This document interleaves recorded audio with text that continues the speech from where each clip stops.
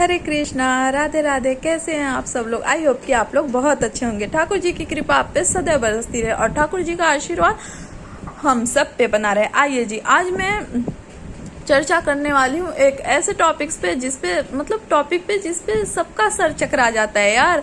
हर कोई यूट्यूब पे देखो तो मिथ्याएं भरी हुई हैं, लोगों से सुनो तो भैया लोग सही बात बताते ही नहीं है। कैसे बताएंगे जी? जब गीता पुराण पढ़ेंगे तभी तो बताएंगे। चलो जी, आज मैं आपको बताती हूँ और आपको ये मैसेज, आप जब ये वीडियो देखोगे ना आपको बहुत प्रसन्नता होगी। और हाँ जी, ये मैं अपने से नहीं कह रही हूँ, ये मैं श्रीमद् भागवत गीता से पढ़ के ही आपको सुना रही हूँ। ठीक है, श्रीमद् भागवत गीता के अध्याय 7 और पेज नंबर 436 मतलब 436 और अध्याय क्या है 7 में इस बात पे अगर आपको समझ सको तो समझना जरूर। ठीक है, इस बात पे बहुत ही अच्छी वर्णन की गई है कि क्या दीपक बुझ जाए तो क्या घर में अचानक कुछ होने वाला होता है, घर में कुछ न कुछ ऐसी घटना होने वाली होती है क्या, अपशगुन होने वाला होता है क्या? अरे जी, ये तो कॉमन सेंस की बात है कि हम भगवान का आरती कर रहे हैं, कोई बात नहीं, दीपक बुझ गई, हवा से भी बुझ सकती है। और भगवान तो थोड़े चंचल होते हैं, भक्त का मन भटकाने के लिए भी ऐसी ऐसी लीलाएं करते रहते हैं। इस बात को अगर आप पॉजिटिव वे में लो तो परेशान तो बिल्कुल भी नहीं होगे, लेकिन फिर भी आप जो परेशान होते हो ना, मैं आपकी परेशानी को दूर करती हूँ। आइए श्रीमद् भागवत गीता के द्वारा। ठीक है, तो भागवत गीता में क्या लिखा है, भगवान ने कितनी सुंदर वर्णन की है, चलो आपको भी बताती हूँ और मैं भी जानती हूँ।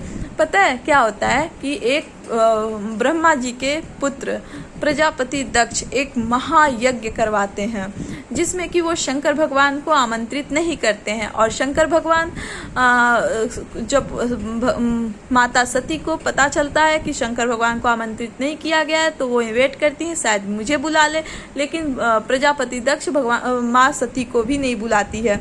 तो फिर भी सती आखिर वो उनके अंदर भी दिल होता है, वो भी एक स्त्री ही है, तो उनको अपनी प्रियजनों से मिलने का, बहनों से मिलने का, माता से मिलने का बहुत मन होता है। तो वो जबरदस्ती शंकर भगवान जी से विरोध करके चली जाती हैं। शंकर भगवान जी बहुत मना करते हैं, नहीं सती मत जाओ, जहाँ आपको बुलाया न जाए वहाँ जाना उचित नहीं है। तो कहती है वो तो अपना घर है, वहाँ पे करके फिर भी जहाँ बुलाया न जाए वहाँ पे जाना उचित नहीं होता है। और माँ सती चल देती हैं अपने घर। और माँ सती जब घर जाती हैं, प्रजापति के घर जाती हैं, तो वहाँ पे उनका कोई भी सत्कार नहीं करता है, क्योंकि सब प्रजापति से डरते हैं। प्रजापति दक्ष से सब डरते हैं कि अगर मैंने सती का सत्कार किया और सती का स्वागत किया तो कहीं प्रजापति दक्ष हमें दंडित न कर दे। तो क्या होता है कि उनकी माताएं और बहनें देखती हैं तो वो बहुत खुश होती हैं। फिर यज्ञ में वो जाती हैं, सारे लोग उपस्थित होते हैं, प्रजापति दक्ष आता है। फिर प्रजापति दक्ष भगवान भोलेनाथ का अपमानजनित शब्द बोलने लगता है सती को सुनाकर, और सती को बहुत ही अपमानित करता है और सती को भी 2-4 वर्ड सुनाता है। तो सती रुष्ट होकर कहती हैं, पिताजी आपने ऐसे क्या कह दिया, अब मेरा यहाँ पे रहना तो रहना, मेरा जीना भी दुर्लभ है। मैं ऐसे शरीर को लेकर नहीं जी सकती, क्योंकि मैं ऐसे चीज को स्वीकार नहीं कर सकती जो कि गलत चीज है। जैसे कि आपने इतना गंदे शब्द का यूज किया, अपशब्द का यूज किया, तो मैं आपकी अंश में हूँ, ये शरीर आपके अंश का है, इसलिए मैं इस शरीर को नहीं स्वीकार कर सकती। तो उन्होंने ऐसा कहकर अग्नि में अपने शरीर की आहुति दे देती हैं।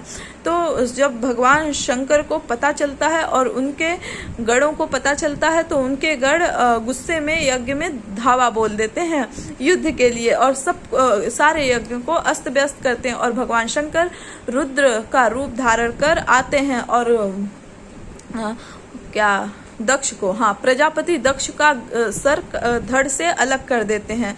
फिर वो सती को उठाते हैं यज्ञ से और जलते हुए सती को वहां से लेकर चले जाते हैं। चारों तरफ त्राही मच जाती है और सारा जो जगह होता है, यज्ञ का जो जगह होता है, सब शमशान बन जाता है। शमशान से भी एक तरह से बदतर बन जाता है। सोचो वो कितना बड़ा अपशगुन होता है। लेकिन सारे लोग भय के कारण ब्रह्मा जी के पास जाते हैं। सब लोग इतने डर जाते हैं कि उनको लगता है यहाँ से भागो, नहीं तो भगवान रुद्र न जाने क्या कर दें गुस्से में और क्रोध में। तो वो ब्रह्मा जी के पास जाते हैं और ब्रह्मा जी से सारा प्रजापति दक्ष की करतूत को बताते हैं। फिर ब्रह्मा जी विष्णु भगवान को याद करते हैं। फिर विष्णु भगवान जी आते हैं, मतलब हमारे नारायण आते हैं, और फिर वो कहते हैं कि ऐसी कोई बात नहीं है, ये तो विधि का विधान है, कोई बात नहीं है।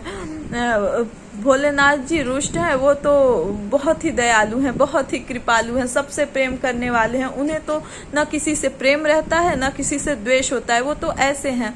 आप लोग ही जाइए जो है उनके पास, शिव जी के पास, और उनको मनाइए, वो मान जाएंगे। तो सभी मिलके शिव जी के पास जाते हैं और शिव जी मान जाते हैं। और शिव जी कहते हैं ठीक है, ठीक है। फिर वो कहते हैं ठीक है, मैं दक्ष को जिंदा कर दूंगा, लेकिन मैं दक्ष को पहले जैसे नहीं कर सकता, मैं दक्ष को बकरे का मुंडी लगा दूंगा। तो वो बकरे का मुंडी लगा देते हैं। और भृगु मुनि और भी मुनियों को, जिनकी उनके शंकर भगवान के जो गढ़ होते हैं, किसी का मूछ किसी का दाढ़ी उखाड़ दिए रहते हैं, तो सबका मूछ दाढ़ी जो है, किसी को बकरे की दाढ़ी मिल जाती है, किसी को किसी जानवर की दाढ़ी मिल जाती है। फिर भी सब बहुत प्रसन्न होते हैं। फिर होता क्या है, अब यज्ञ शुरू हो तो ये हो कैसे, फिर भगवान वो प्रजापति दक्ष भगवान भोलेनाथ से क्षमा मांगता है और सारे यज्ञ को फिर से प्रारंभ करने के लिए फिर से यज्ञ को जो है तैयार करता है। और फिर वहाँ पे अब वो भगवान विष्णु इतने दयालु और इतने कृपालु होते हैं कि वो बस भगवान विष्णु का तो एक तो भक्त रहता ही है, बस वो दिल से उनको याद करता है और भगवान विष्णु तुरंत प्रकट हो जाते हैं। फिर वो भगवान विष्णु से आज्ञा लेकर यज्ञ को फिर से शुरू करने का जो है विधि विधान स्टार्ट करता है। तो यज्ञ फिर से प्रारंभ हो जाती है और यज्ञ बहुत ही सफल पूर्वक पूर्ण होती है। बस देखा जी, ऐसा नहीं होता है देखो कि दीपक बुझ गया तो बहुत बड़ा अपशगुन होता है, बहुत बड़ा ये होता है, बहुत बड़ा वो होता है, ऐसा कुछ नहीं होता है। ऐसे मिथ्या से आप बचें, ठीक है। अगर आपको कोई मिथ्या हो तो श्रीमद् भागवत गीता पढ़ें, महाभारत पढ़ें, ये सब चीज़ों में अच्छी चीज़ें दी हुई हैं। इन मिथ्याओं से बचने के का सिर्फ एक ही है, अधिक से अधिक ज्ञान अर्जित करो, दूसरों की बातों में मत आओ। ऐसा कुछ नहीं होता। भगवान तो इतने दयालु होते हैं यार। सोचो, एक शमशान भूमि को फिर से उन्होंने यज्ञ फिर से स्टार्ट कर दिया, फिर से प्रारंभ हो गया, सब कुछ कुशल मंगल होता है। तो क्या एक दीपक बुझ जाने से हमारे घर में क्या हो सकता है? कुछ नहीं हो सकता है। ये सब मैं मिथ्या ही मानती हूँ, क्योंकि मैं क्यों न मानूं, भगवत गीता में साक्षात कहा गया है। आप अध्याय 7 को और पेज नंबर 436 पे देखोगे तो सारी चीजें बताई गई हैं। तो ये मिथ्या कैसे हो सकती है? हाँ, जब भगवान की कृपा से फिर से यज्ञ शुरू हो सकता है, तो क्या एक छोटी सी दीपक बुझ जाने से हमारे ऊपर इतनी विपत्ति थोड़ी आ जाती है? जिसके पास प्रभु हो उसको कैसे कोई विपत्ति आ सकती है? जिसका घर का पालन करता, जो घर के मालिक मालकिन साक्षात नारायण और माँ लक्ष्मी हो। कहते हैं ना, ये देखो मेरे शिव जी, काल भी क्या करे जिसके सर पे हो महाकाल का हाथ। ऐसा कुछ नहीं होता है जी। अपने ज्ञान को बढ़ाओ, मिथ्या बातों में ना आओ, बस यही आपसे प्रार्थना है। मिथ्याएं लोग बहुत से फैलाते हैं, और ज्ञान कैसे बढ़ेगा? आपको उसके लिए वेद पुराण ये सब तो पढ़ना ही पड़ेगा, ठीक है। अगर पढ़ नहीं सकते तो फिर मैं हूँ ना आपको अच्छी अच्छी बातें बताने के लिए, क्योंकि मुझे मिथ्याओं से बहुत नफरत होता है। और मैं चाहती हूँ कि आपके पास वो सारी चीज़ें, नॉलेज वाली चीज़ें जाए, क्योंकि आजकल हर कोई बुक नहीं पढ़ पाता ना, इसलिए मैं आपको सारी चीज़ें बताऊंगी। ठीक है जी। और हाँ, चैनल को सब्सक्राइब करना, बेल आइकन दबाना, ताकि आपको अच्छी अच्छी नॉलेज वाली वीडियो आपके पास सबसे पहले पहुँचे। और हाँ, लाइक करना और शेयर करना। ठीक है। और ये देखो मेरे कान्हों, फ़िलहाल ये वीडियो तो मैं कल ही बनाई थी, और कल रात को बनाई थी, क्योंकि मेरा शेड्यूल है सोने से पहले मैं भागवत गीता और सुंदरकांड, हनुमान चालीसा पढ़ के सोती हूँ। तो मैंने सोचा चलो वीडियो बना लेती हूँ, ये ज्ञान की बातें, क्योंकि ये जो है अफवाह बहुत तेज़ी से फैल रहा है, बहुत ज़्यादा तेज़ी से। लोग डर जाते हैं, पता है, पूजा करते करते थोड़ा सा दीपक बुझ जाता है ना, उनका ध्यान पूजा से हट ही जाता है, भगवान के साइड से हट जाता है, फिर उनके दिमाग में बैठ जाता है, दिन भर उस चीज़ को लेकर टेंशन में रहेंगे, नकारात्मक शक्ति दिमाग में उनके बैठा रहेगा, आज कुछ ना कुछ होगा, आज कुछ ना कुछ होगा, आज कुछ ना कुछ होगा। ऐसा सोच कर ना, सोच कर होता है ना कि आदमी कुछ न होने पर भी रहे ना, तो वो कुछ ना कुछ हो ही जाता है। इसलिए भाई और बहनों, माताएं और मेरे बड़े भाई साहब लोग, आप लोग ऐसे डरा ना करो, ये सब एक मिथ्या है, मिथ्या से बचो। ठीक है जी। राधे राधे, हरे कृष्णा।